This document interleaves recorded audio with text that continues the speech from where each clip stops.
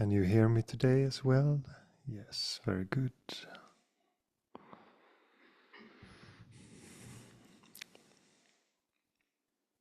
Yes, I remember today I'm going to show you the room and you get to see everyone.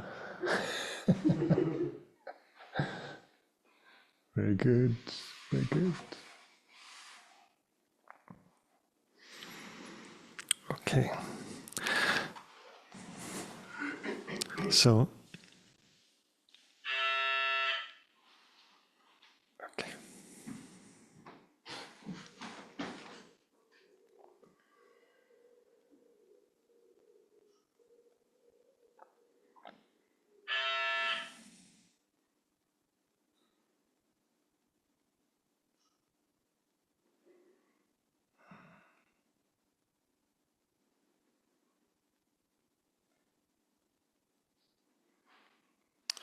Just see to it that you sit comfortably.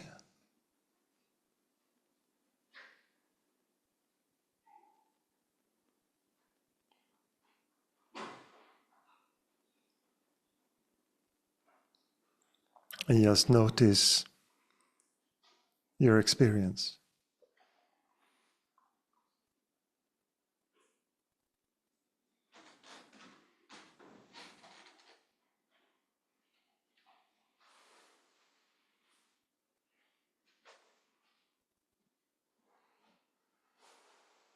And whatever your state is, your emotional state, or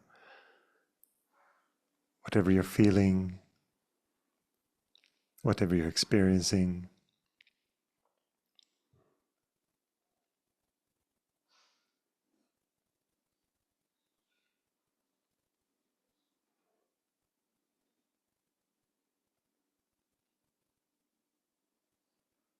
just be with it.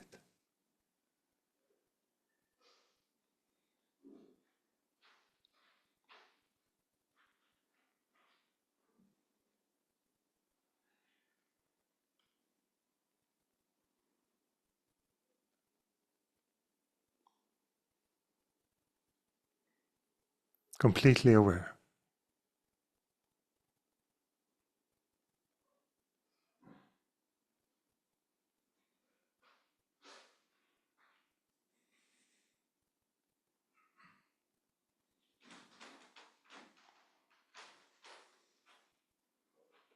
Hey, please be on time.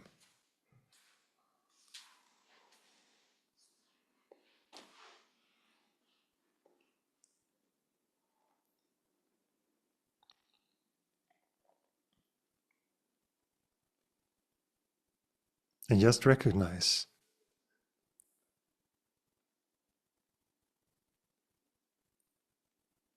how this moment is happening.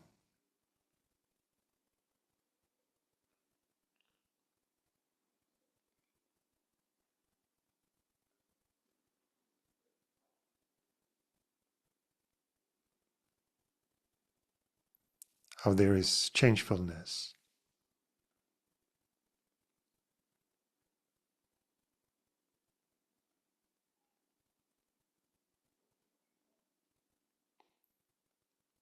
Even if you have feelings of stuckness, the mind says that you're caught in a state. Notice that there is movement constantly.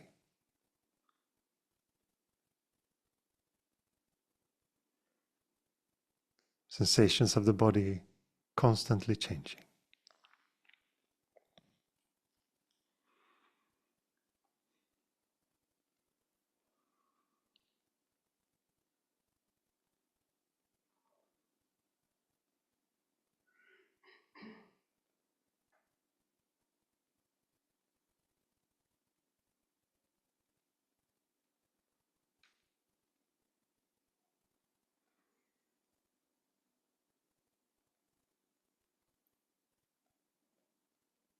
And that in you that can perceive this change is the changeless.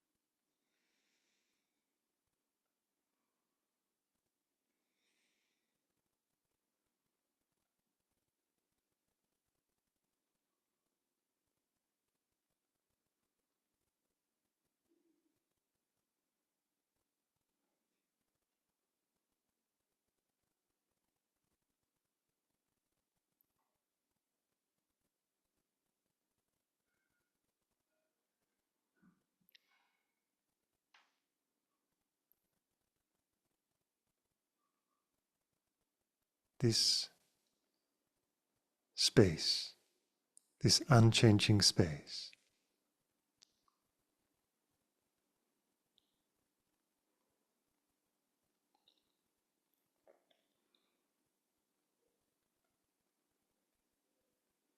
is always here.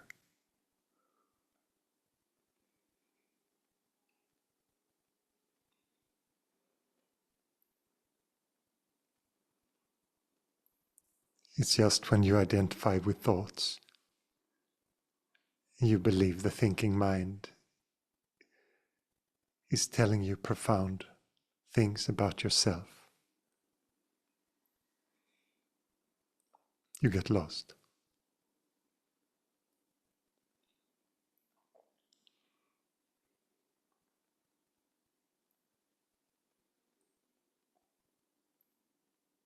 This deep silence is your nature. If you give up your strategies, your beliefs, you will come back to this.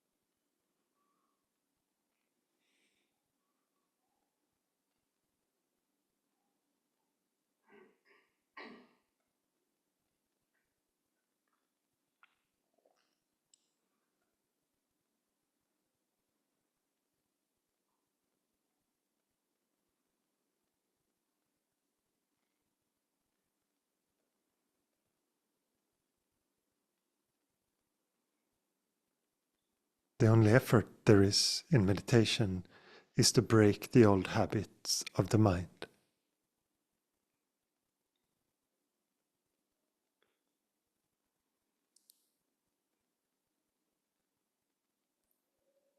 To come back to staying in this moment and not being drawn in time and time again into the thinking mind.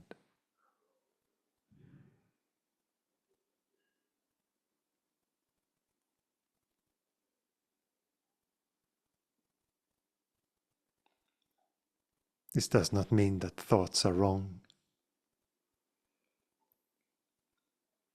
It's just the unconsciousness where you lose yourself.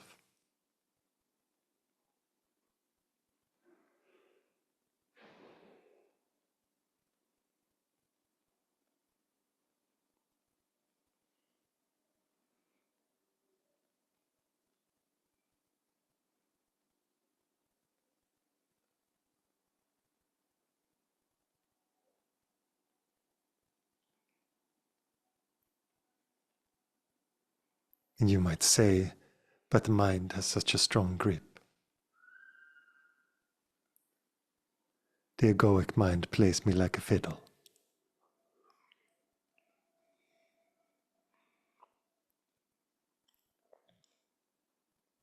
But that is just appearances.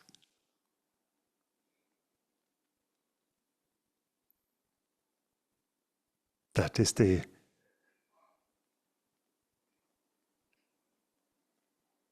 strength of the egoic mind, is to create illusions.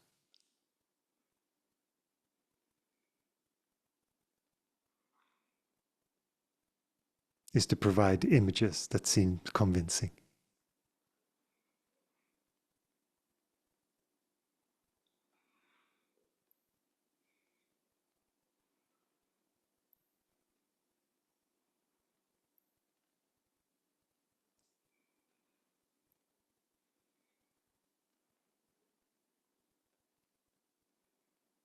And the beauty when it comes to meditation is that it is not a philosophy. It's the practical investigation of what you are.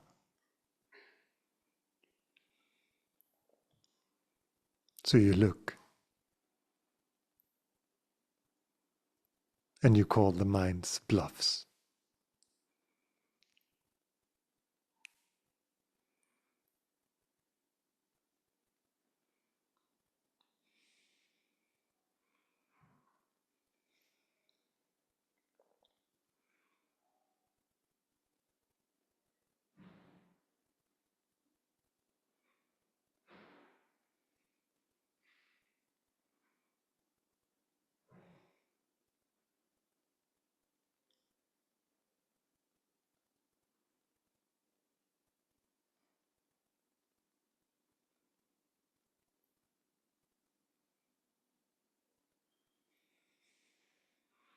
And to call the mind's bluffs is just to not play the mind's game.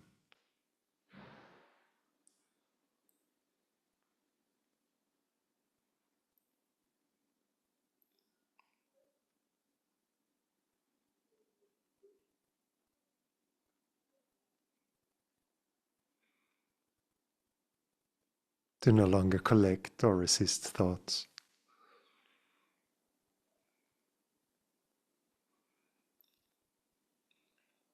Just to be with them as they are.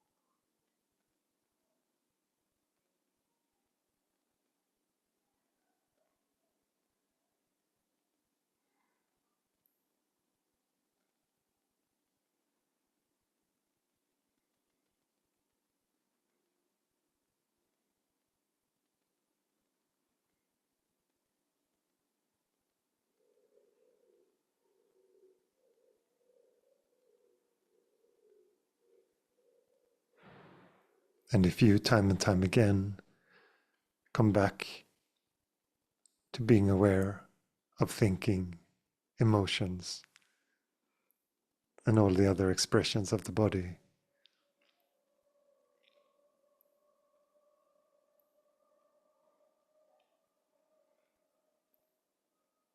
you will notice that the grip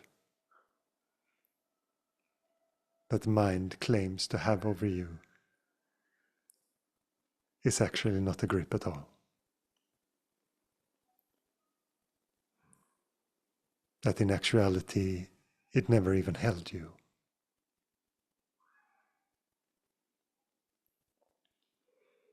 You were always the space.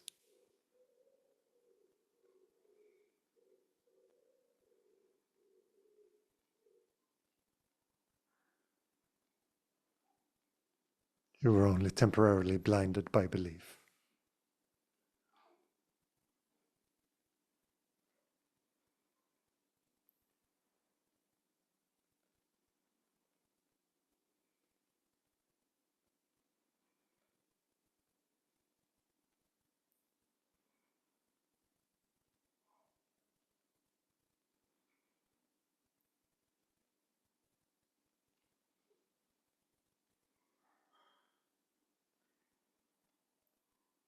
And you might say that the egoic mind is cunning,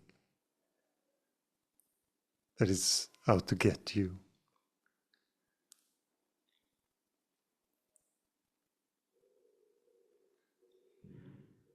But in its beautifully misguided ways, it actually shows you. It all the time shows you what you believe in, what buttons it can push.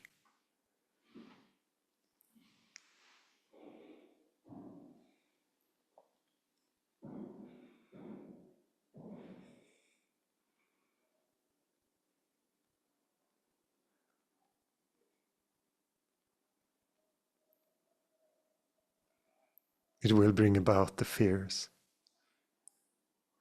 And in awareness, they're all exposed.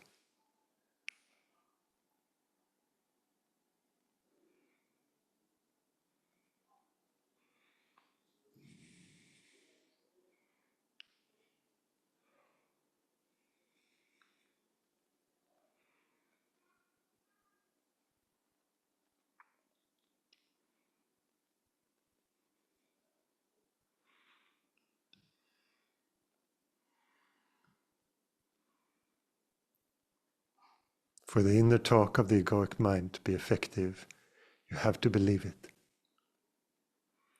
And you have to believe that you are someone who has something to gain or lose. from trusting the mind.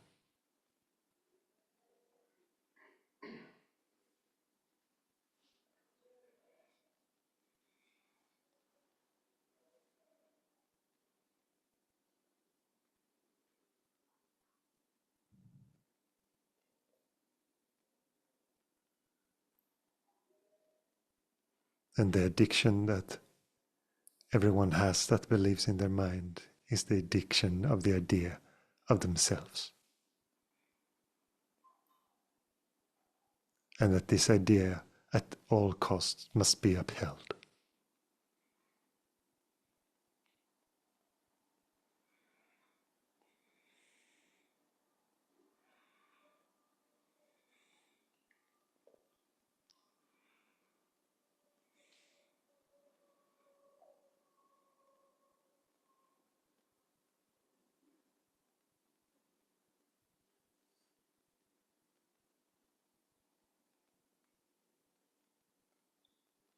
But everything that is upheld will fall at some point.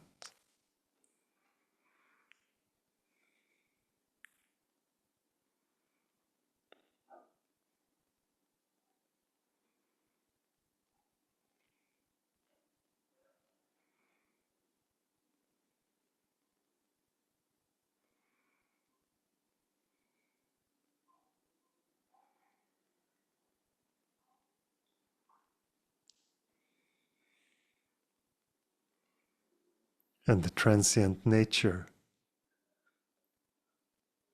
of the universe, of everything, will aid you in this. Sooner or later, you will see how the body starts to go,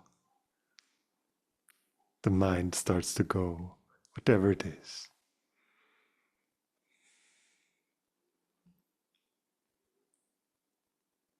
Most people dread that.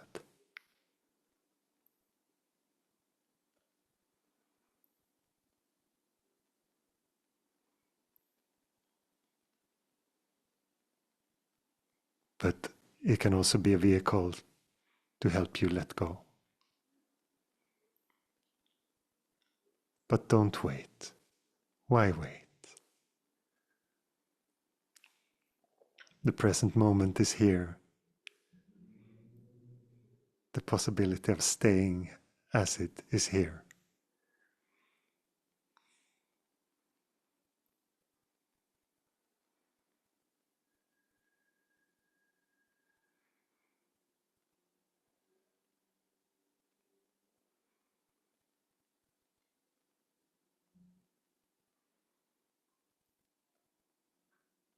Just investigate what happens if you stay. If you stay as you are.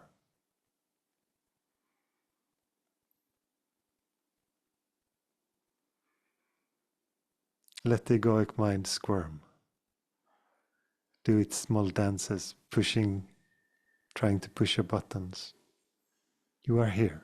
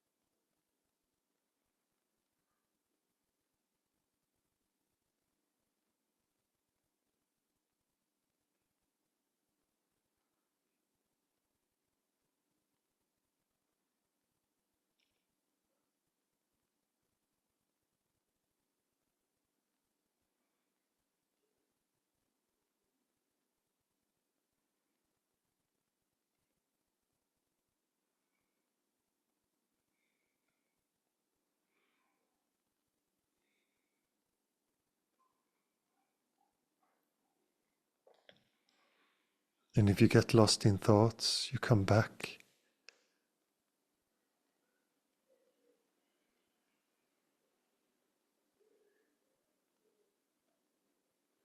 You break the habit of unconsciousness,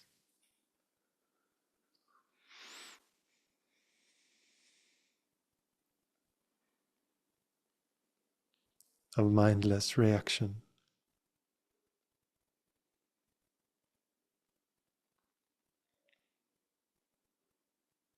And you stay as you are.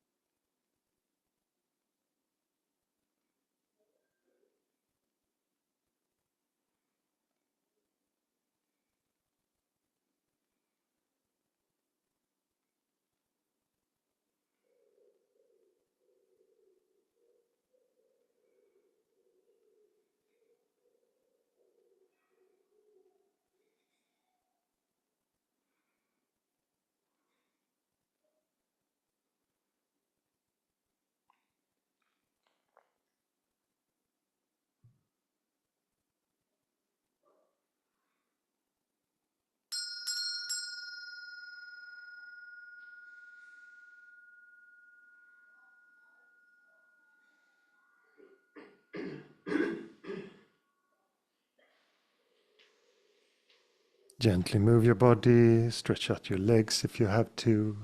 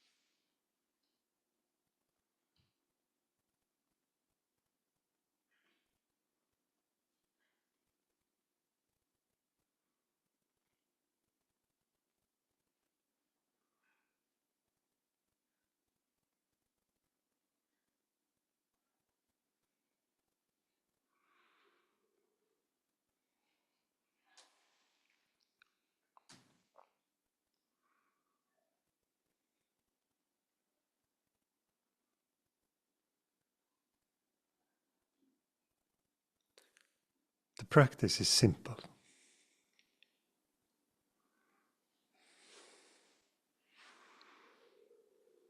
Be as you are.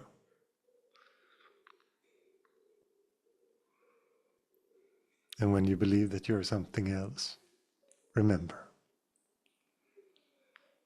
Remember that you are. That's it. That's the whole thing.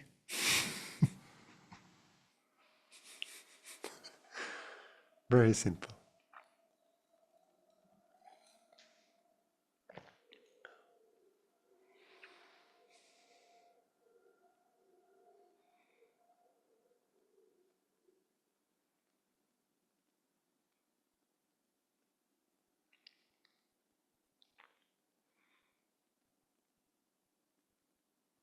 And the problem with the forgetfulness is that your impulse sometimes is not to remember. You get into the identity of being a person and you go into that you want to solve it. I have anxiety, now I'm going to solve it. And as you all know, you know how good that works.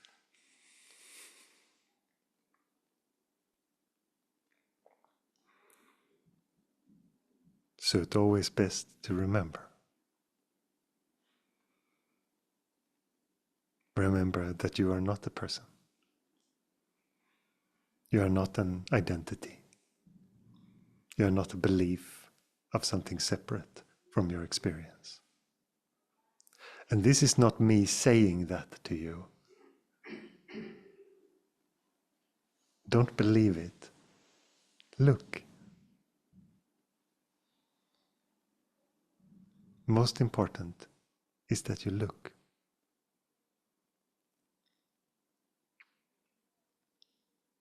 That the practice that you do is not someone else's practice. Because as long as it is something external that you believe in, then you feel like, should I keep this or should I throw it away? You can always be in this. Well, yeah, I read this philosophy, I liked that for a while, but now I'm more into this. And you can just discard it. But if it is your own experience, there is no philosophy. There is just the experience of the moment.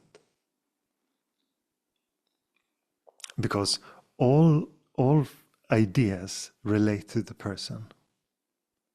But the experiencing of the present is not that. The experience of it can be taken by the egoic mind and held hostage in a way for a while. But if you come back to it, the egoic mind cannot be there.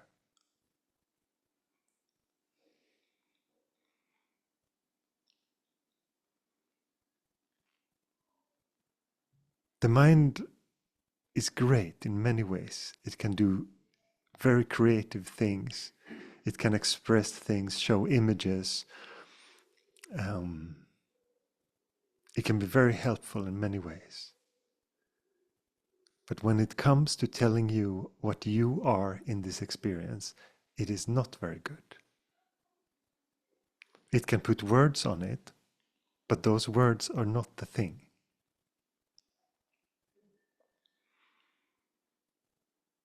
So often we confuse the thing with the words. We think if we have the words, we have the thing. But it's like collecting signs. If you have a sign pointed to the moon, do you say, I have the moon? No, you don't have the moon. You have a sign that says moon.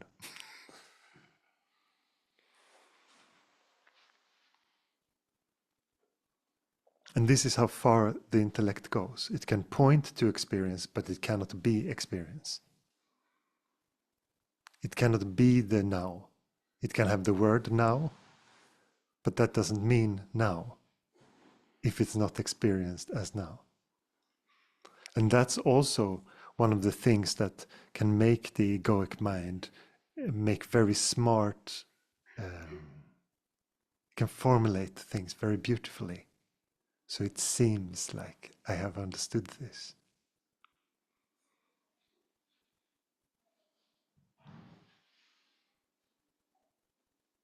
And the mind likes these things. It likes to have the feeling of that it knows.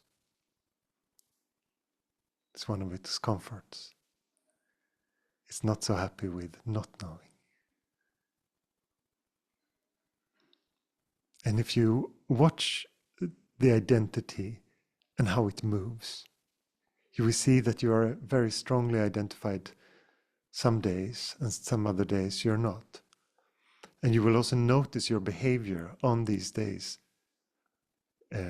can be quite radically different. Because when you're identified, you have a very strong feeling that you're separate, and you usually have a very strong feeling of that you lack something. Because that is the nature of feeling separate. Because you're not connected to the whole. And the fundamental part of it is just that. But for most people, that is just confused with, I wonder what I am lacking. And then you look at the world, I might be lacking this. My career is not going good enough. My partner is not good enough. My da-da-da. And my house is not good enough. Whatever it is, you can have this feeling that something is not right, something is lacking. But what is lacking is the connection to what you are. It's not an external event.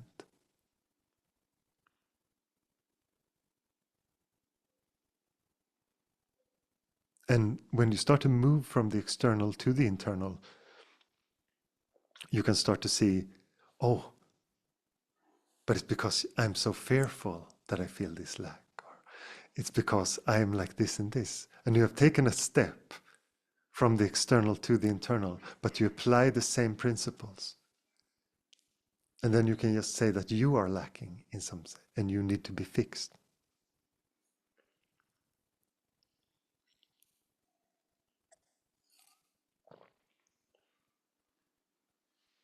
And when it comes to the internal things, it's very good to express them and have the acceptance of whatever you feel and the expressions that are there. That is helpful. But many people get stuck in this, and they go and play with the inner world. They want to talk about it. They have friends now who are also interested in looking inwards, and you share all these ideas about it, and you go to different groups and you talk about it and all this.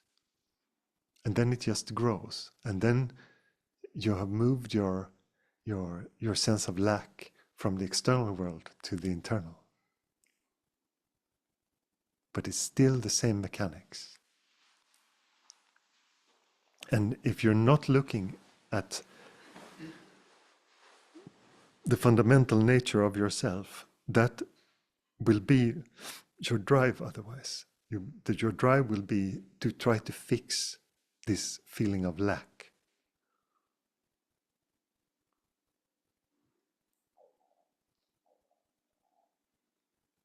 So in that sense, even though you would say that it is something that we could refer to as internal, that is still the same thing as an external phenomena. You say that something in your experience are not okay the way it is, and that it needs healing, fixing, purifying, whatever idea that you have. But the real acceptance is acceptance of everything. Is also acceptance of all the things that are ugly, that you might not like about yourself, your tendencies or destructive things or whatever it is. But if they too can be invited, there is a very different, the quality of them change. They cannot stay as affecting if you don't have this distance to them. You have to resist them, or you have to be dependent on them for them to have some kind of relationship with you. If you just accept them, if you say, okay, jealousy, come. And I don't mean the words, I mean truly allow it to express, and whatever the mind says that it has stored for you in this, that it will eat you up completely, or if you go too close to it, you will be destroyed in some way or fall into a black hole. Okay, come on. Let's see it. Let's call the bluff.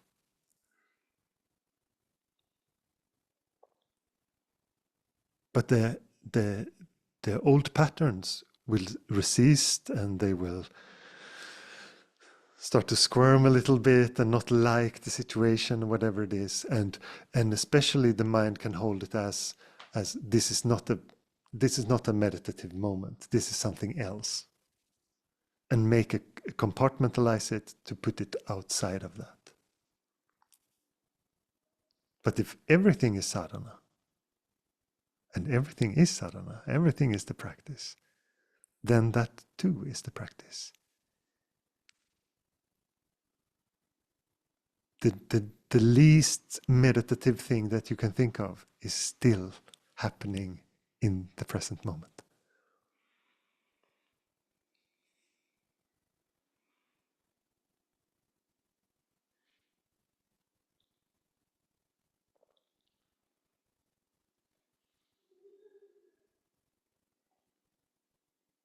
I just think sometimes that it's so easy to think that I'm practicing meditation and in some way purifying myself. It's so common.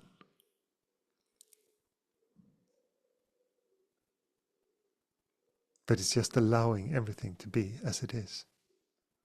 And in that, everything's quality will be shown.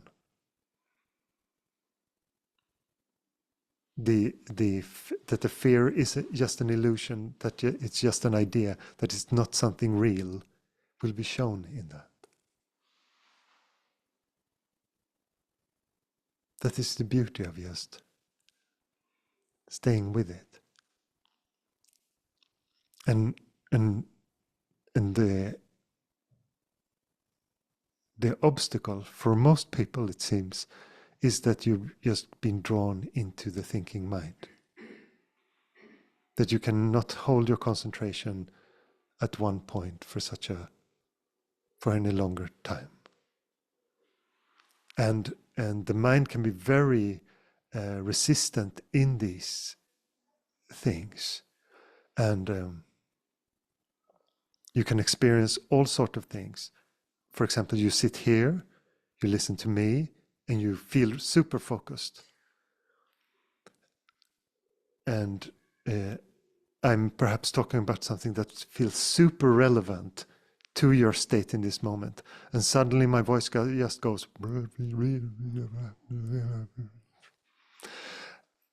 And you're like, what? Because the mind is just, it doesn't want to hear it. So it muddles a little bit. All these kind of things are there and can happen to distract you. And also, if you really have this strong feeling of one-pointedness, you start to feel your concentration that you can just stay. And you just stay. And you can feel after a while that the mind starts to...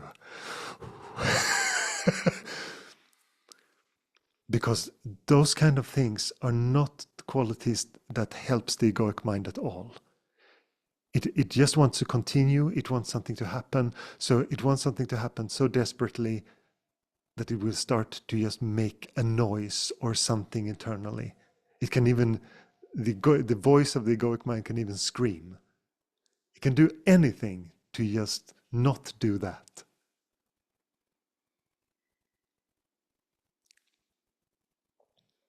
And this also shows how desperate the nature of the mind is, because it It can just live if it got your attention.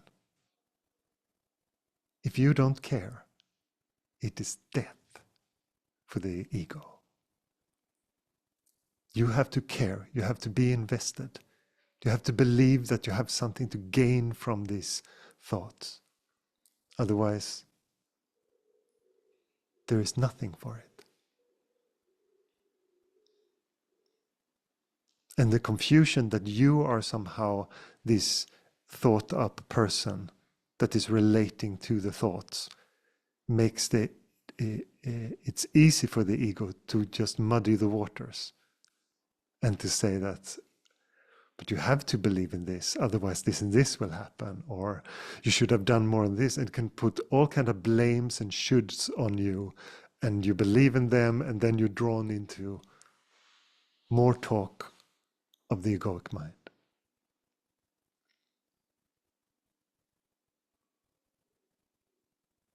But the simplicity of the practice is that you can just hold your mind steady. You just concentrate on something. Your breath on a single point, looking at something, whatever you like.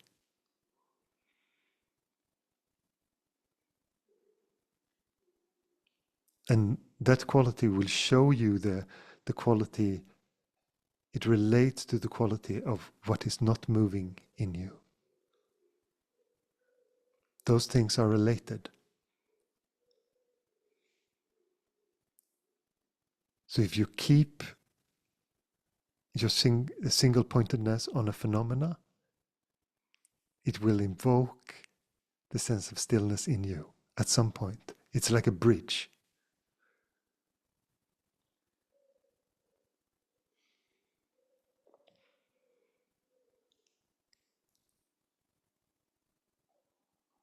So you just come back to that. And sometimes the mind makes a lot of noise and hijacks you for a few seconds, and then you come back.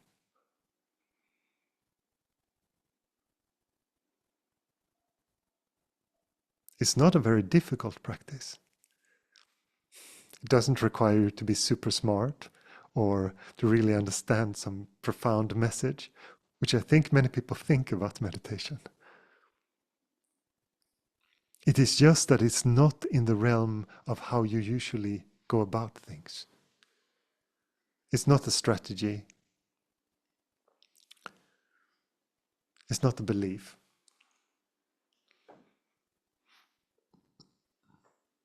And I understand that you will approach it as a strategy and a belief until you understand that it doesn't work.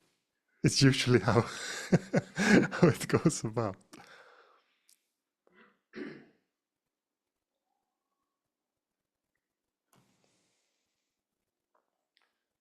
I think Ulla wants to ask a question. Yes. Yes. I'll give you some volume here. Okay? Thank you. It's related to the one-pointedness. Yes. And I was just wondering, like, if you keep your, is it also like the mind is connected to the eyes? So that if you keep your eyes still and maybe not blinking, that could also be a way to come to one-pointedness. Or am I just making it too complicated? No, but all phenomena that are in the relative, that can cause you some sense of stability, some sense of stillness, will mirror the stillness that is in you. So it doesn't really matter what the object of that is. If you hold your eyes fixed on a point, can be helpful. And also your breath or something else that you can just keep a steady concentration on. Okay, that's great. Thank you. Yes, thank you.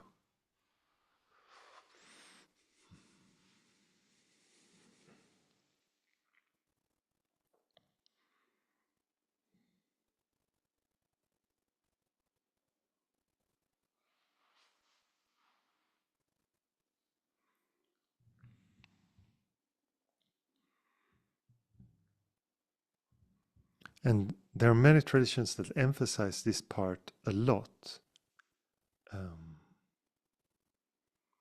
with the concentration, but the concentration without inquiry at some point, then also nothing much will happen. You will be really, really good at concentrating your mind, and that's it.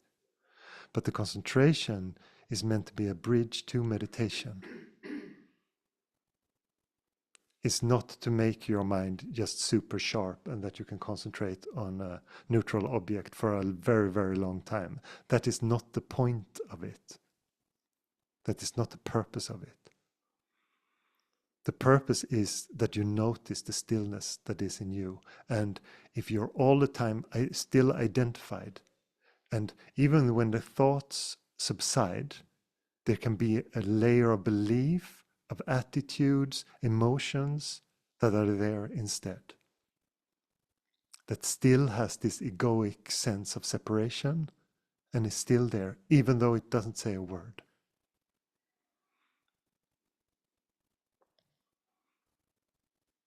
So at that point, it's very important with asking, for whom does this happen?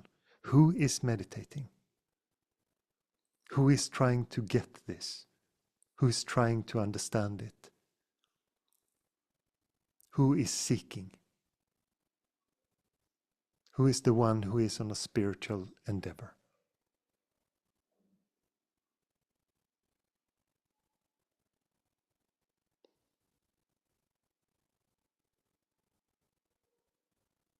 And that is the last frontier. That is the root cause of all identity, of everything that we seem to find troublesome and suffering, and the whole sense of separateness. What Buddha called dukkha. To not feel satisfied. The greatest human suffering. And a kind of suffering that many people just take for granted as their way of life.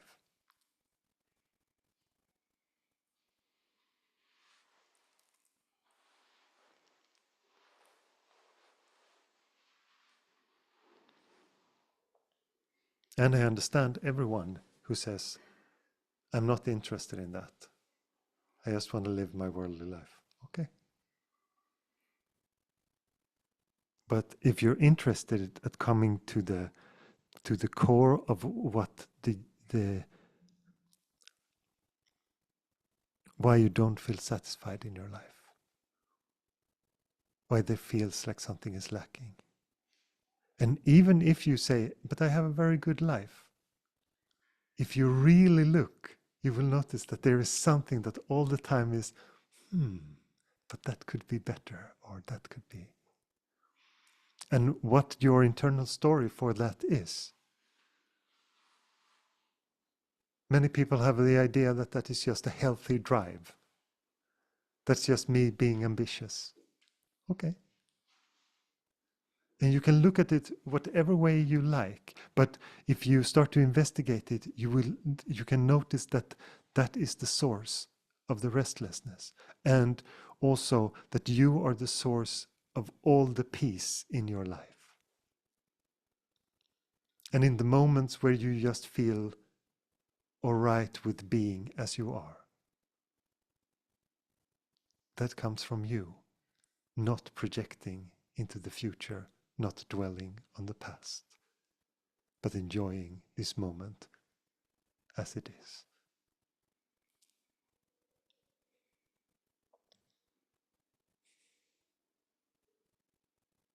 These things are only difficult for the thinking mind.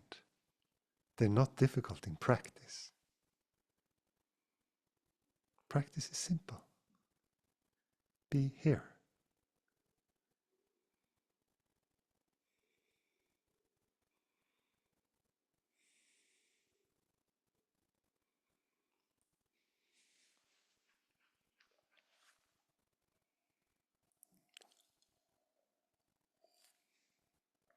Any questions today? Yes.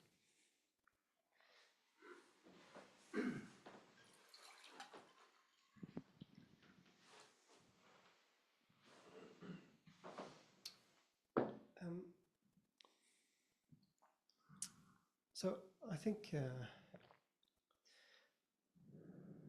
it gets sort of easier for me to sort of be more and more in being, sort of staying there longer and longer and feeling more comfortable there sort of throughout the day and at work and things like this. But I wonder, how does one go from being awareness to being everything? Where does the duality stop? There is no activity that can solve that gap. And I know that to the mind that sounds hopeless, but it's not.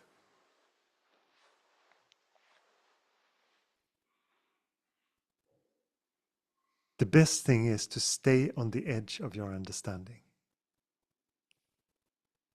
Do you understand what that means? Do you mean like Nisargadatta, just stay with I am, or? No, not as an idea, not as something Nisargadatta says, or not something that I say or someone else says.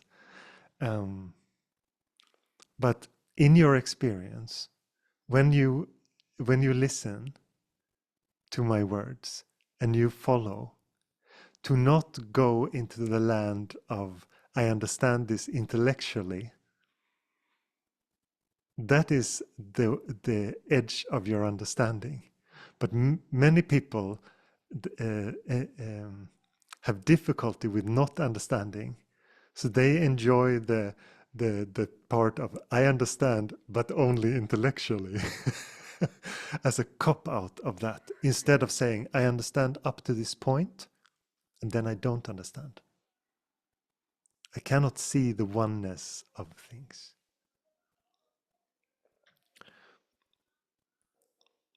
So the helpful thing is to stay on that edge and to be so honest with where that edge is.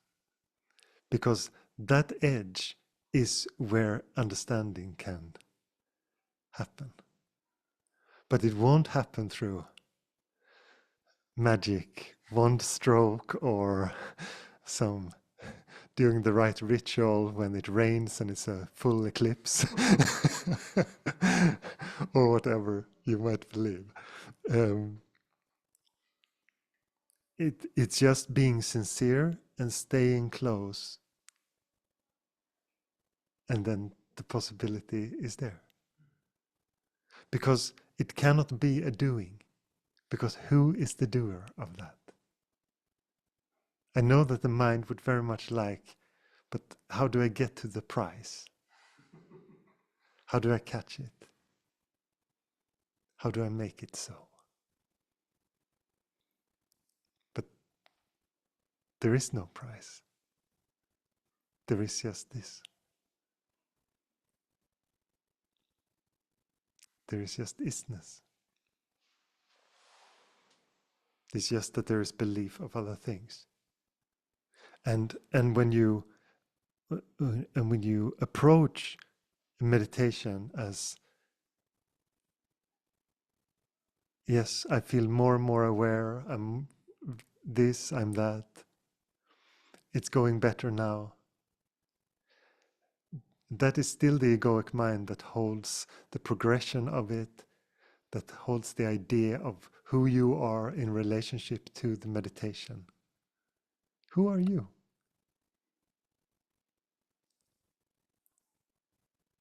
For whom is it getting better?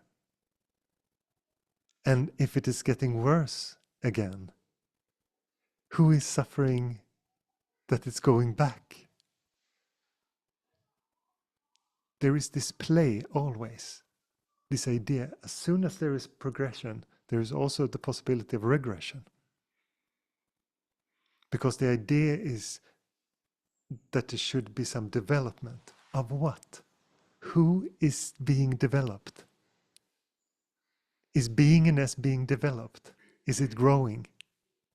Is awareness in you growing? That is ridiculous. How do you enhance something that is complete? How do you take away from something that is complete? That is not possible. Because then you have to make yourself into something separate that can seem small or big. That can have hope or hopelessness. That can play these pleasure, pain. All these things are in that domain. They are the game in that domain. So the question is, for whom?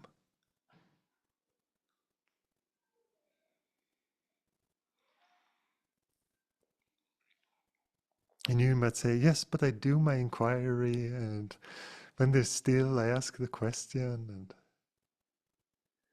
and who is putting in that effort? Because it's such a big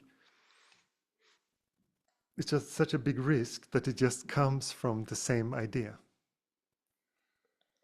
That the one who wants to be a good meditator is doing the inquiry and doing it because you should do it. And it comes from some part of the egoic mind that just says, this is what a good meditator do. This is how I do it right. And if you notice those tendencies, that there is someone who wants to do right and to be a good meditator and know the right things and read the right books and all that, who is that? The question is always earlier than you think. The self is prior to the idea of the self, always.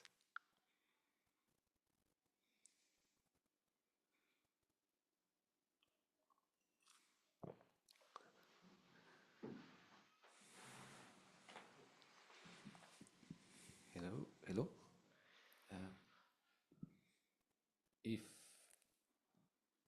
If I feel happiness and pleasure from being with friends and animals, family, is that the mind that is rewarding me for, I don't know? The experience can still be pleasurable, but without identity, as it also can be painful without identity. The problem always arises when what you think that you are, in accordance to that. If you say, oh, this was a nice picnic that we had last weekend, can we do it again? Because I want to experience that same.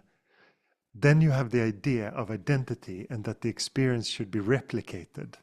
And this is the ideas in time. And then you have expectations, and then you probably will be a bit disappointed because it rained a little bit that day. Or you understand?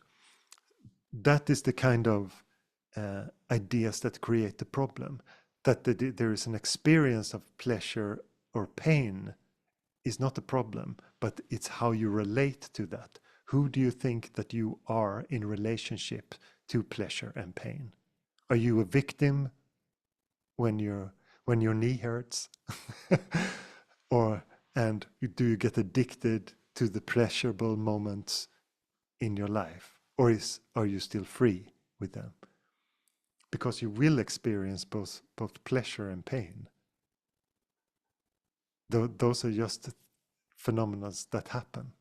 But what you take yourself to be in that and how you relate to them, and this if you have addiction or aversion to them.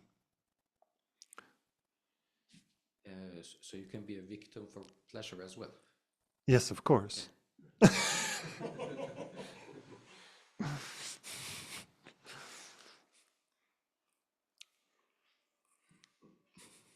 Because all these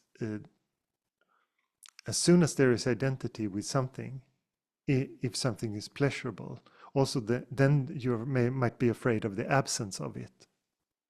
You really like a friend, and then that friend is moving away, and then you feel really, really sad because you put so much identity in the pleasure of it, and what meditation gives you is just a naturalness with everything's transient nature.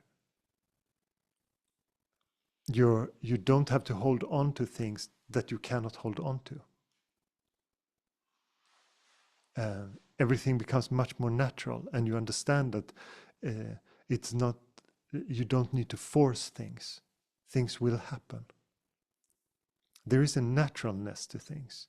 Many people think that if you meditate, you will somehow become very passive. You're just sitting on your pillow, or you're not reacting to the world. But it has to do with being natural with it. Because identity just creates more karma. Can I use that word? Do you understand that? It creates more actions of you. It demands more actions of you. That is the true meaning of the word karma. That if you identify with something as a victim of a situation, and then you have, and then you realize that you have the idea of being a victim, and then you feel a bit shamed that you took it, that it felt like you took it so far, and then you can all kinds. That is karma just continuing.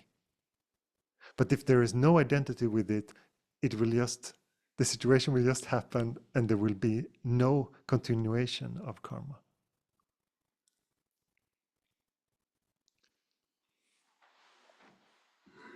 I have a follow-up question. Yes. About the mind as a doer. That I was thinking that the purpose of the mind is to get things done, to earn money and get food. Yes. But the last weeks I noticed that when I stopped listening to the mind so much, or not care too much, then things started to happen, and a lot of big changes in my life when I stopped caring so much. Yes.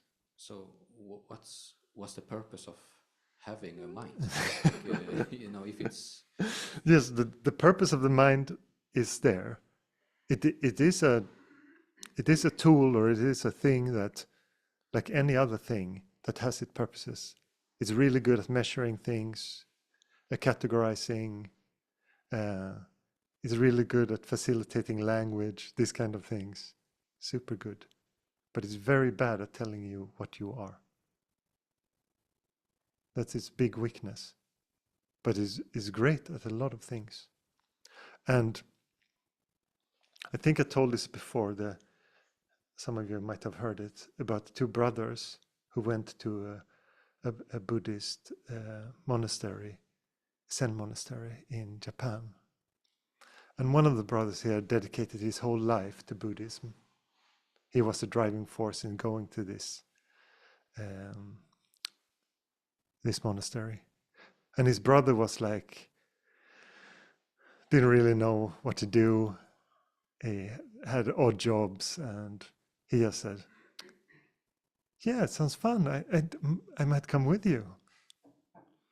So the two brothers come to the monastery, and the brother who was very dedicated, he tried to do everything correctly, and he struggled with sitting with a straight spine, and struggled with all the chores that they did, and all the time here they were in silence, and he was just watching his brother, and his brother just sat with a straight spine so easily, smiling in meditation. It was like he's smiling in meditation.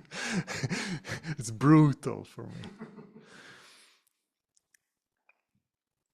And then the brothers came out of this retreat, and they talked a little bit, and he said, yes, everything's just so nice, it's just so calm, the brother who just tagged along said. And the brother who was dedicated, he struggled a lot, because he had so many ideas of what meditation what should do for him, what this monastery should mean to him, and now he's living his dream, so it has to be amazing. And his brother, with no expectation, had a great time, not burdened by identity, not burdened by all that. So that is the naturalness of things. And also with the silence come spontaneous playfulness, what we usually refer to in our culture as creativity, that also comes with that. Very easy to come with ideas and in the moment and what should happen if there are not so much me in the way. Because the idea of me always limits. It always has expectations. It always wants something. So there is no freedom. There's no spaciousness. Nothing new can enter because it can be full of you. There's so much you in it that there is no space. And if you have a lot of ideas, then there is so much rigidness that there is no possibility for any new air to come into it. And usually people who have these kind of lives that is very full of their identity and very full of their ideas and expectations, they're so surprised when things completely collapse, and that just made new things possible that they never thought were possible. Or they come into a crisis that makes things collapse, and then there's a lot of space and they just feel very happy in this crisis. All these things can happen. And we have also a narrative sometimes that in certain situations when you're in a crisis, you're not really allowed to be happy with the freedom of it. Because, yes, if you get to know that you have cancer, you should not feel any freedom in that. That is just an objectively bad thing, people around you would say. But there can be just an opening in it because you let go of some of your beliefs, some of your concepts, or your whole idea that you're going to have a very long life. That just goes. I have to do it now. Let's do it right away. Why wait? And you become very spontaneous in things, and you get maybe there comes a lot of action from you because you don't feel like postponing things anymore. You don't feel like just dwelling on ideas anymore. It just comes. So this whole idea of that you're going to be passive of meditation is just it's just a misunderstanding of what meditation is. Yes, you can lose interest in things, but that is not what life is about. It's not to be interested in gossip or any irrelevant thing that could fall away.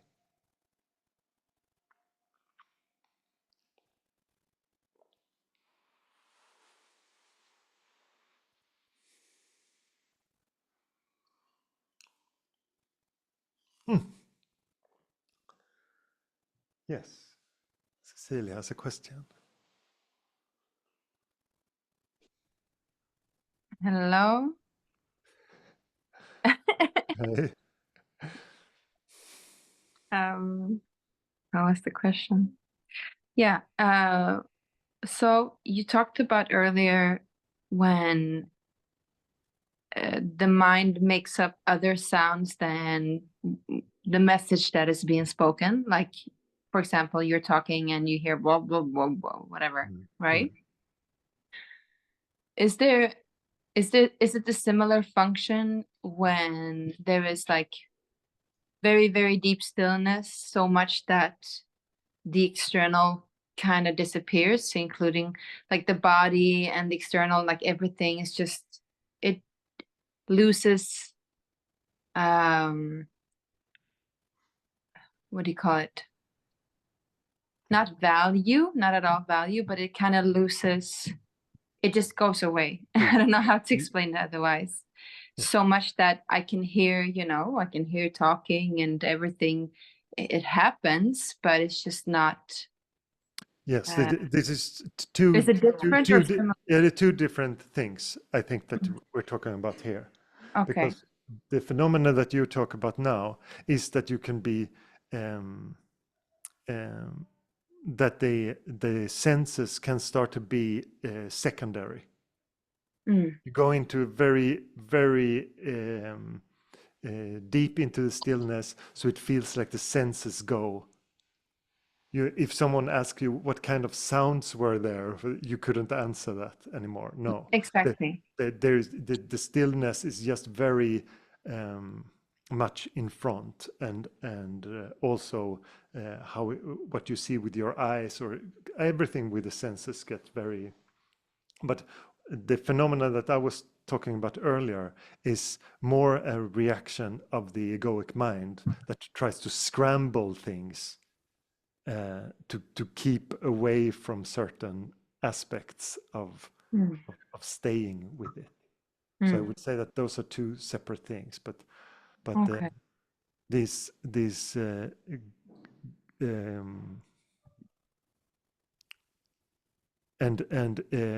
because one of the states, the one when the egoic mind makes this noise, is quite an unpleasant state. But usually there's this deep stillness, and when the senses start to go, that is usually it feels very peaceful. Yeah. Okay. I understand then Yes. the difference. Okay. Thank you. Thank you.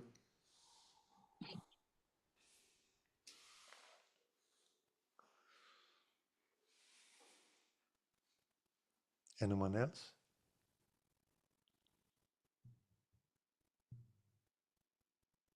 Oh, Ula wants to ask something. Yes. Hey again. Hey. I was wondering, like sometimes I feel attracted to maybe some austere.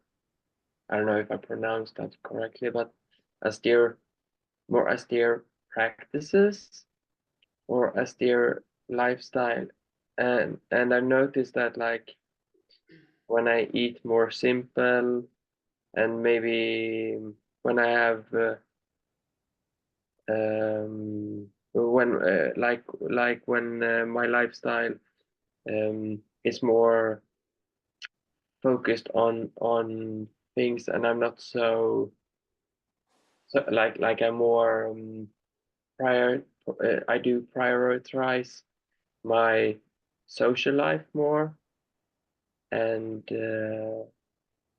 I mean that then it feels like I feel a lot better.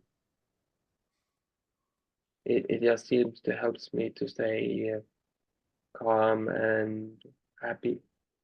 Yes. And all these things that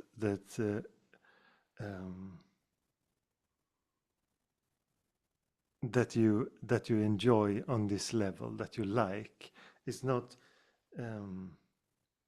also, if there is naturalness, those things will come. You will start to have meetings with people in a way that feels very natural to you, that is very organic.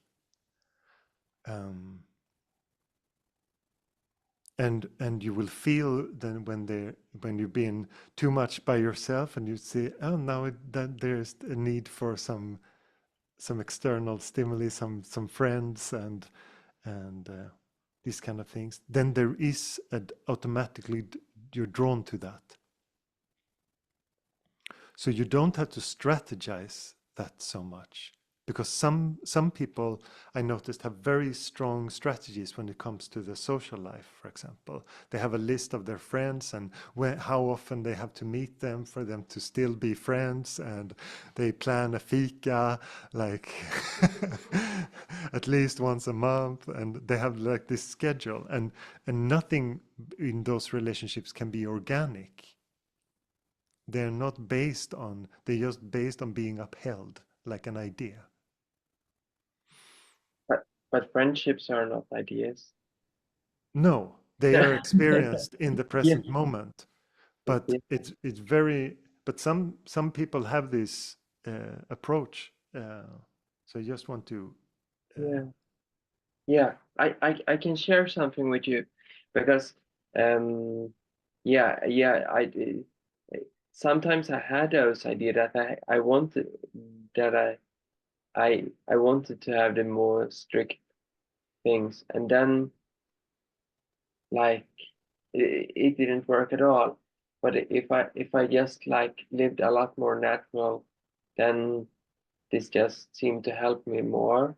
And I was just listening to Ramdas when he was in India, and he was taught by someone who who who didn't talk, and he ate very little, and I don't know, something in this just seemed so. I mean, I was just drawn to that because something in me just liked that that simpleness. Yes. So that so it's So more enjoy the simpleness. yeah. Thank you.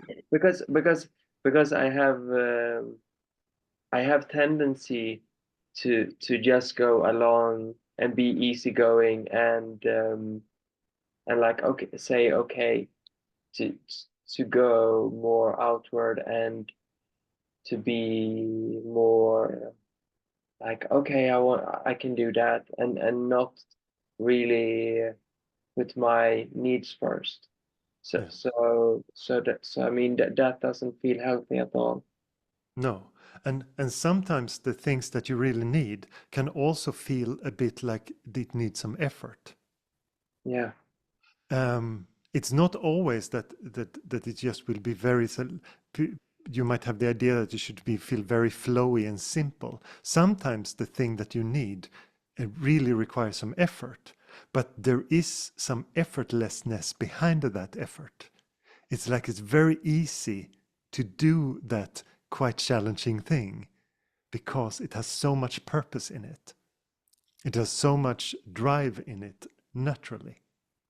Yeah, and I know you said before that we shouldn't be afraid to be firm with the mind, and maybe also with other people, then to just put like very not strict but like very firm boundaries maybe, and just like we could tell the mind to shut up. Maybe we shouldn't say that to other people, I guess, but yeah, but yeah, you get what I mean. And Yes. yeah, yeah, But also this firmness when it comes to things can be helpful in all directions. Also to tell people that you really like, that you enjoy their company and that you really like them. Because this is quite uncommon, especially among friends, to just say, I really enjoy your company. You're such a lovely person. I would like to do something, go somewhere or do something with you if it feels spontaneous and very easy. So the firmness and the honesty of the of how you feel with things is not only to, of course it's really good to have a strong no and to feel like you can really put boundaries, and that so many people are afraid of just saying no because then they think that people won't like them anymore. And that can be and if you don't have any fear of being liked, that's not a problem anymore. But the firmness is good in all, and also being very honest with people, and things also like when you think it's too much or you're overwhelmed by things, to communicate that. yeah, that's beautifully said. It goes both ways. So then I like my feeling is when I do that, my yes is also more strong. Yes. I mean that's very, it's nice with that clarity and uh, for and myself, and I would guess for other people as well. yes, and often you will experience also when you can really say no to people around you, to your friends, that you can also be much more intimate. You can have much more connected discussions with them because you can disagree. Because if your relationship is based on only agreeing, you're in big trouble. Because then you censor yourself so much. So when you can, in a healthy way, disagree with each other, is beautiful. And some friends of mine say that they even quarrel quite a bit. They're old friends and they really enjoy it. They enjoy to disagree. And I think these kind of things are beautiful. And it's so easy to just polish that away. Everyone that is a bit uncomfortable, you just move them to the periphery of your life, and then it feels more smooth. But that life is also, then you're never challenged, and your ideas are always confirmed, and this is not good. Thank you, Ola. Yeah, thank you.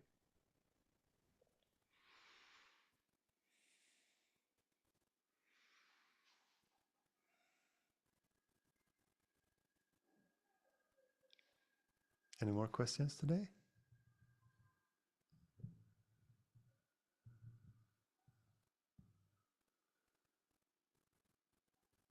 No? Last chance before the summer break.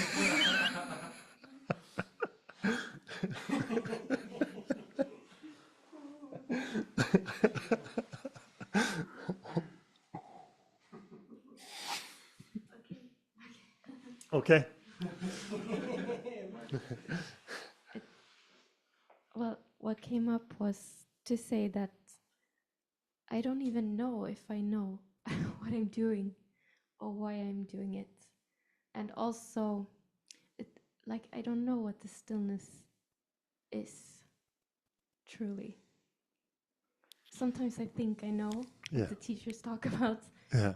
And then And a few sometimes. months later, I think I know again. And then it's always different. Yeah. And that those stillnesses are a bit different. Yeah. Yeah.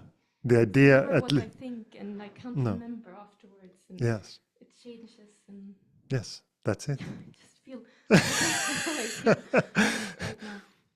But this confusion, there is some clarity in this confusion. Yeah, it feels good. Yes, Yeah. because it is not definable. And the nature of something that is not definable is that it has a confusing quality. It must have that, because otherwise it would feel like something that you could really grasp.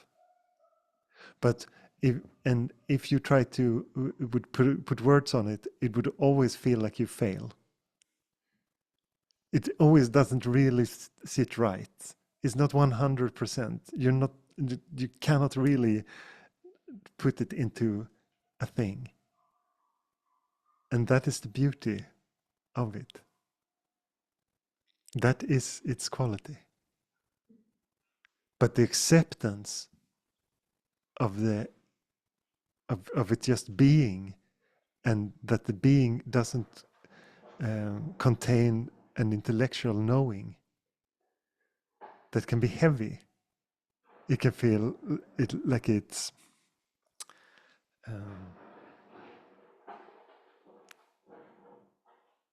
I think I said to one of my teachers that I felt like it's a very stubborn quality, and not in a nice way. It's just like some big guy who's just sitting like this. If you kick him, he wouldn't budge. Wouldn't even notice that you kicked him. It's just it's just a very, very stubborn quality. That's how I experienced from the start, because it does not move, and it will not be contained, and it will not be pushed around in any way. It will not be defined. So the quality of it has to be confusing, because on the mind level it is confusing, because it just is. Because it is when you try with something, you say, yes, I'm going to hold this thing. but what is trying to hold is inside the thing. So it doesn't work. And you feel the frustration of that it doesn't work. And you can try again, and you can try and hold it, and you can try and put words on it. And to the point where you accept that that confusion and that freedom of it.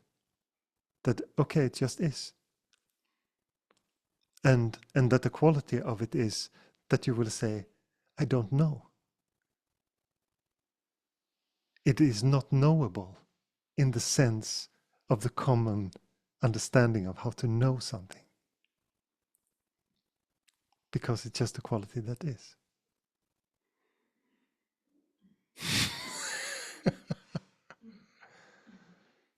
Yeah, it's funny that we talk every week about awareness and stillness and love and all these different aspects and words about it. And Yes. yeah. Yes. And So they are so much more, and I don't even understand. yes. And I sense they are so much more than I know. Yes. Yeah. And because it has a quality, it has like an infinite quality. And that is impossible for the mind. It cannot grasp anything that has that magnitude. And again, because it is in it.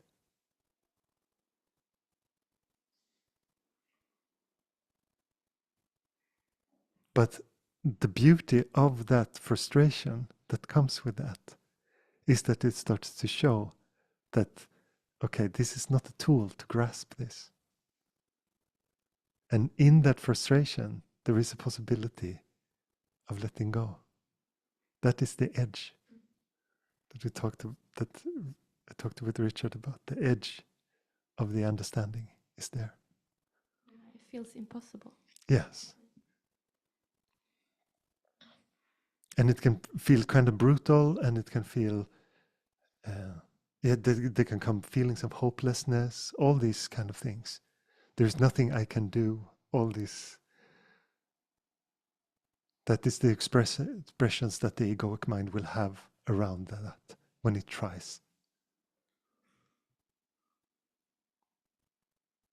But there is a great possibility of freedom there. Just stay on that edge. Thank you. It felt so good to say it. Yes. Thank you.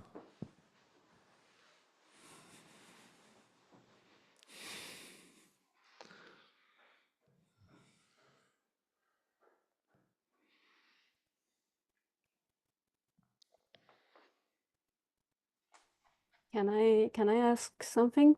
Yes, Mm? of course. I think it's in maybe in the same area as we have been speaking about. It's like recently it's been very much experienced some kind of flow state, and then the totally opposite, totally extreme situations appears, like almost scary at some point, where the other day I was almost crashing with my bike into some signs, road signs, and I somehow managed to, it just went okay, but then I was just laughing, and this is just an example, but yeah, my son also fell on his bike. Many strange situations happening at the same time as this flow state is so much alive in a way than it has been for a long time. Yes, and the experience is that when you feel this deep stillness, and then it feels like the mind goes in the opposite direction. Really craving for attention. Yes. Like it's almost scary. Yes. This is a very common thing. Okay. And in different, depending on your psychological makeup and how you're put together, it goes for the things that that it knows it that it can work on. So if if you like to eat candy in the evening, you will suddenly feel like I really have to have a lot of candy, or it can be all these kind of just the or if you daydream or have tendencies of going into the mind, it can be really strong. Those been drawn really strongly into those, like an opposite to the stillness. And this is just a very natural reaction of the egoic mind, because you are creating pockets of stillness. So it wants to claim its domain, because you start to say, you are no longer the ruler of me. So then the mind says, yes, I am. So, and for some people, the mind just folds. And for some people, it really gives up a fight. So that can be vary a lot. Yeah. And it's very common that, especially if you feel this strong connectedness to the stillness, that there is almost a revolution of the mind. It goes to every kind of addiction, every kind of, and it can just be to thoughts or to be in a certain other states of mind that it really likes. So yeah, but it's also this extreme example. Like I got this bike, electric bike, wonderful and cheap and everything and flowy and fun, and then I couldn't sleep. And then I went away in the early morning because I just surrendered to this not sleeping, and went on this biking trip for 11 kilometers, only to realize the keys was lost on the way. Like walking back and forth several. yes. And at the moment of surrender, like, no, I can't find them. There they were. Like totally crazy. And also very common that the clarity of mind comes as soon as you let go, as soon as you give up. Most people, we talk about letting go, and it talks like, it can sound like it's some kind of action, but it's usually just giving up. Yeah. And it feels like the feeling defeated, giving up, and then the mind comes back to some clarity, and then it's really easy to find your keys or whatever. You can follow some intuitive sense, and it goes super quick and easy. You don't have to have any effort. And before that, it just felt impossible. And that is how the egoic mind and the expectations work. It's just that all these things can, in your practice, become a little bit more extreme. Yes, but isn't this also kind of the molding, the vad heter det på? What's the word? When you bake, like the dough, like, isn't this also some kind of this going on in a way to mature or deepening or something? Yes. Without calling it this. Yes, but there is a difficulty with that idea, because it also sometimes just that you get into the pockets of, especially if you have a practice, that you hold yourself into something that you feel that it's nice when you practice, and then there is a build-up of the egoic mind, and then there's a release, and people draw big conclusions of this. They cried for 2 days, and it was so big and profound, and they have create this story that something really great is happening. But all that is happening is that the egoic mind is creating tension, and you release the tension. Yes. The egoic mind is building tension, and you release the tension, and it just goes in a circle. But you have the story that, oh, I'm doing profound work, and you talk with your friends of how you're going through your traumas or whatever it is, but it's just the egoic mind making this trip and playing you. So I just want to create awareness on that, because that is so common. So it can, and when things really leave you, you lose interest in them. Remember that. Yes. Because if things really leave you, you won't be interested in them at all. You will not be talking about them to your friends, that they left you, that these things, you'll just be not interested. And there will just be space. So Thank you. just be aware of that difference, because it's so easy to get into the rut of these habits, and especially when they involve your practice, you always think, oh, I'm on a progressive path.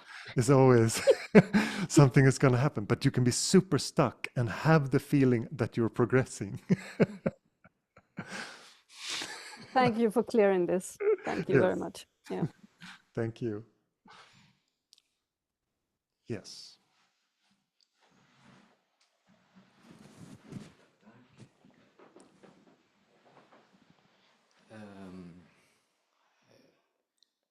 I'm a bit confused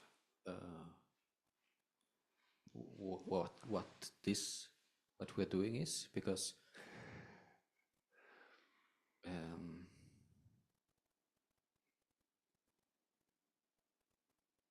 how to say it? We can discuss these matters like facts, not philosophy or religion.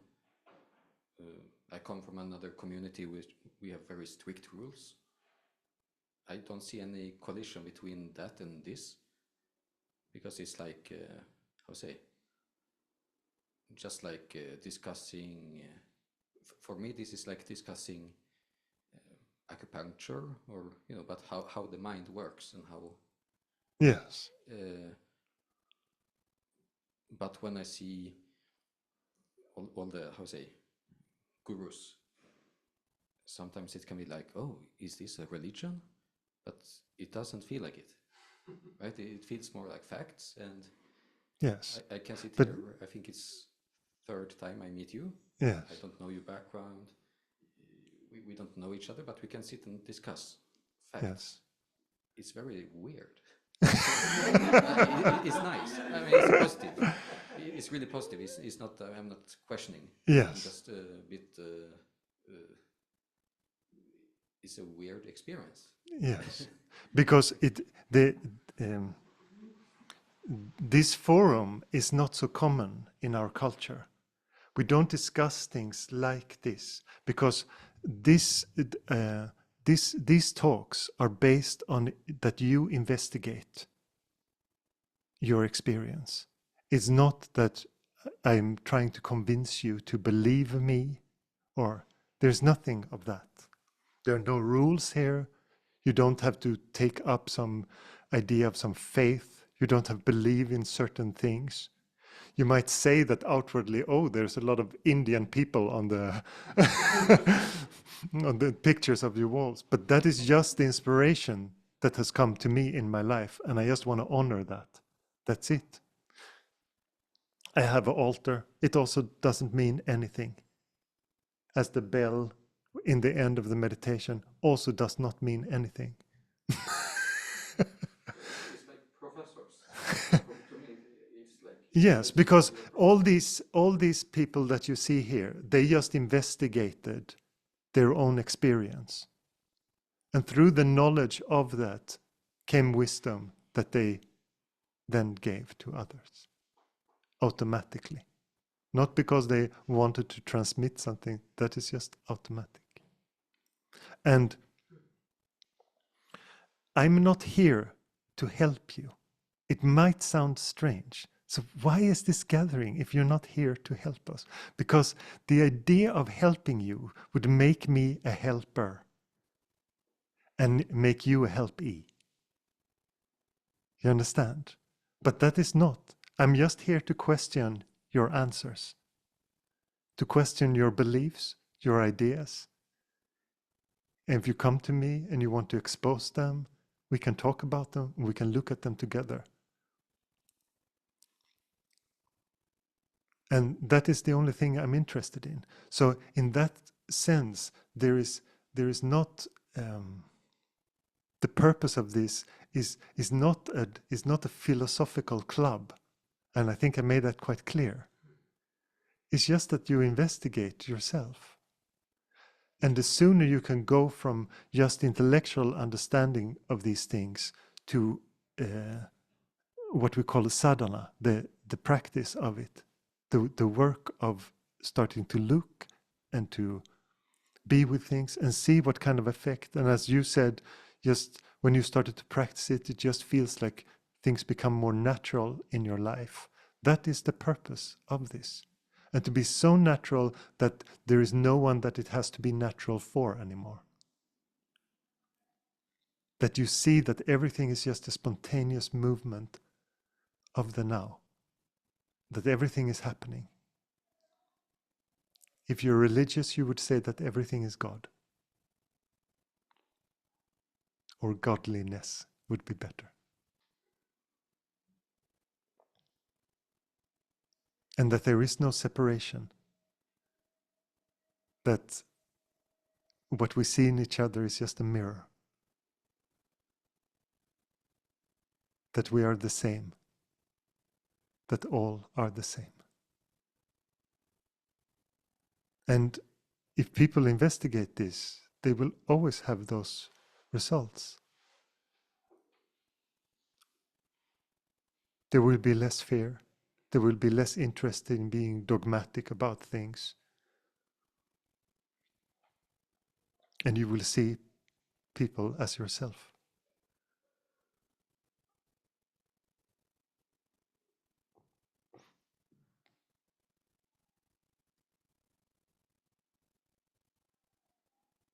But it's just an investigation. It's to look. It's not to convince.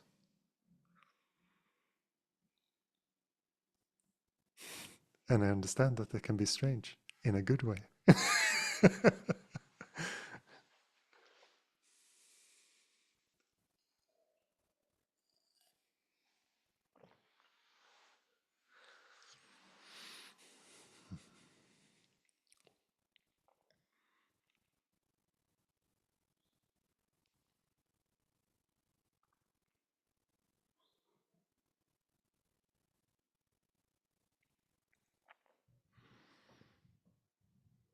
Any more questions? Or should we sing something?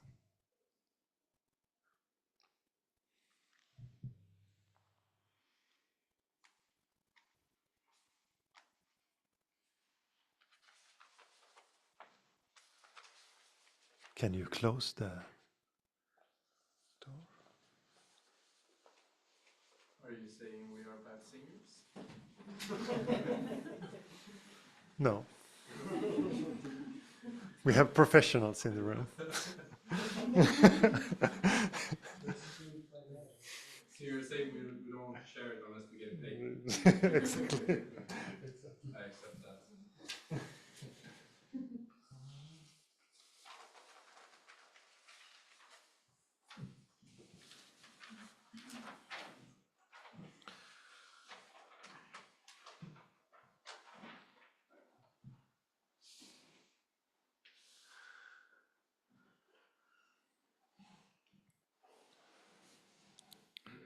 I thought that we could sing a new bhajan.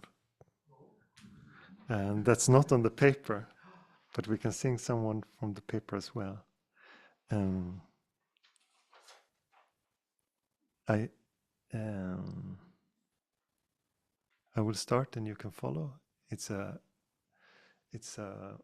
mantra for Nataraja. You know Nataraja? It's the dancing Shiva.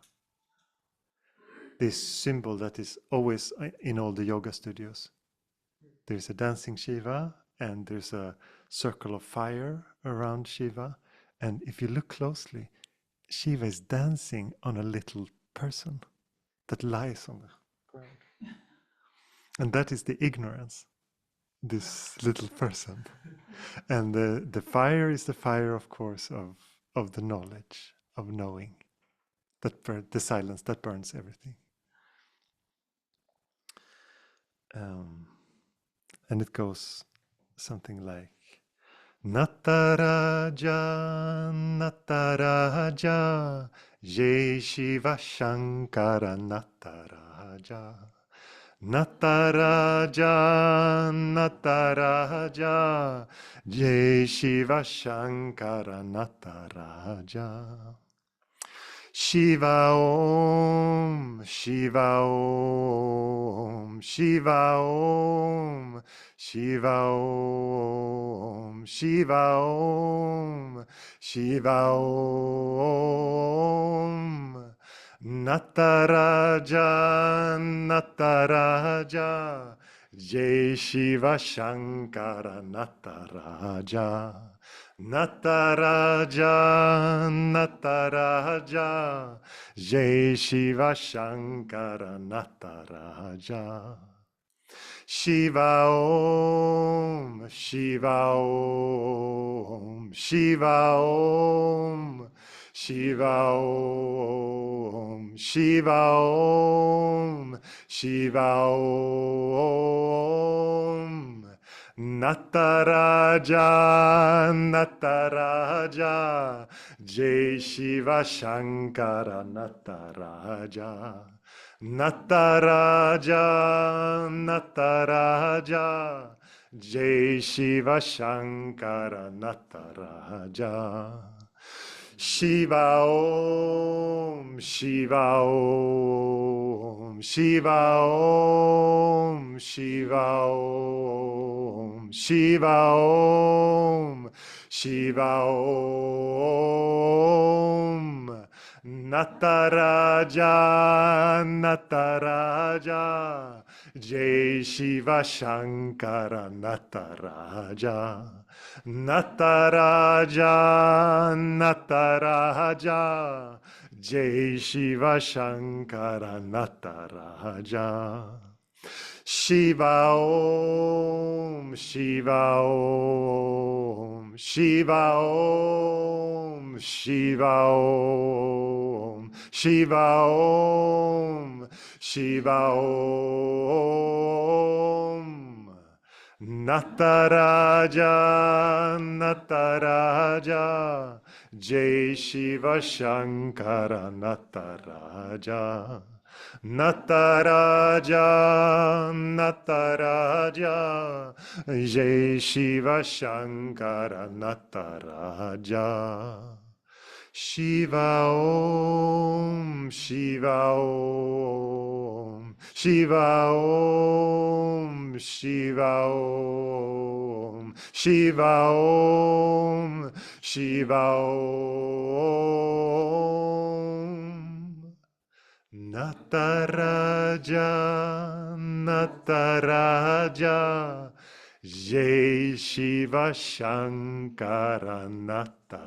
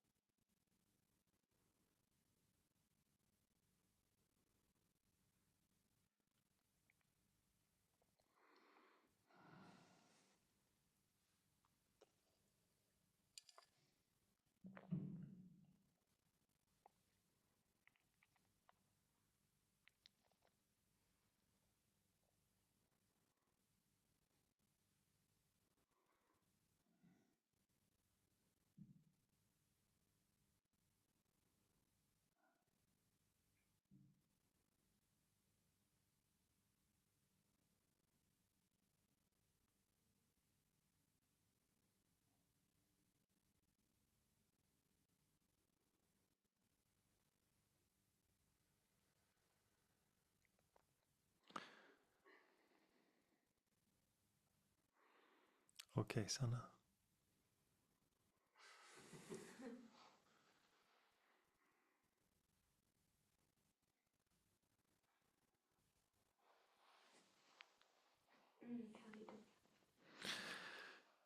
Jaya Mata Kali, Jaya Mata Durga, Jaya Mata Kali, Jaya Mata Durga, Kali Durga, Namo Namah, Kali Durga, Namo Namah.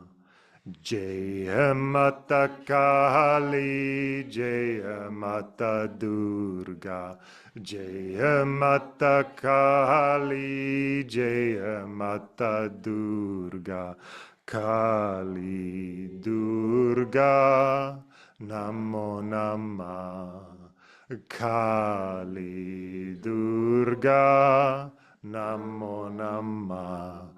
Kali Durga, Namo Namah. Kali Durga, Namo Namah. Kali Durga, Namo Namah. Jaya Mata Kali, Jaya Mata Durga, Jaya Mata Kali, Jaya Mata Durga, Kali Durga, Namo Namah, Kali Durga, Namo Namah. Jaya Mata Kali, Jaya Mata Durga, Jaya Mata Kali, Jaya Mata Durga, Kali Durga, Namo Namah, Kali Durga, Namo Namah. Kali Durga, Namo Namah. Kali Durga, Namo Namah.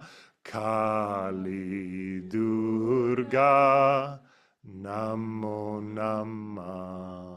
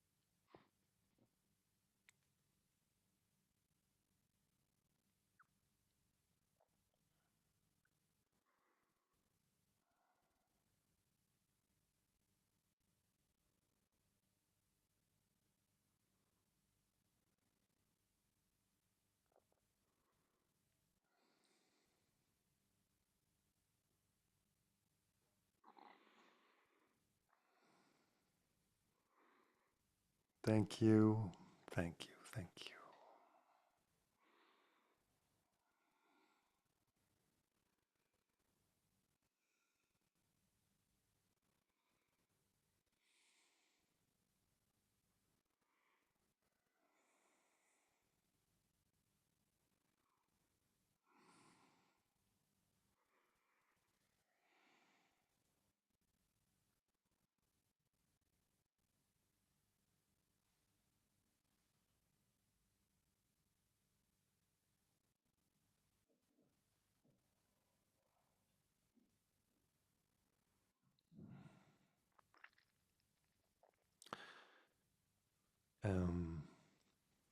This is the last satsang for now, the last talk for now, and We start again the 7th of August.